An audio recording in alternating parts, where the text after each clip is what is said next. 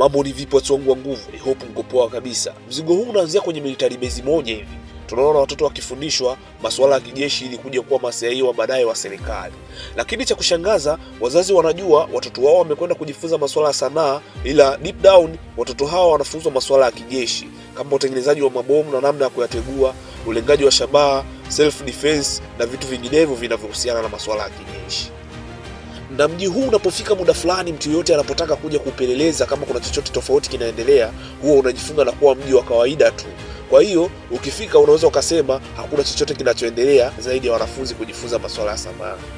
Nimeona nikudokezee kidogo movie hii inahusiana na nini. Unaweza ukaadi kwenye playlist yako ya wiki hii na ukapata kuenjoy pamoja na familia yako ikiwa na vipopcorn pembeni. Movie inaitwa Agent Cold Bugs Destination to London ya mwaka 2004. Usikose.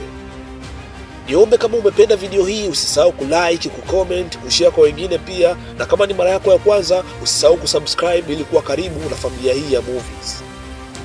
Pia kama una changamoto yoyote ya website rasmi za kudownload movie bila shida yoyote, niambie na mimi nitakujuza. Niko hapa kukusaidia. Mimi wako Mr. Movies. See you next time.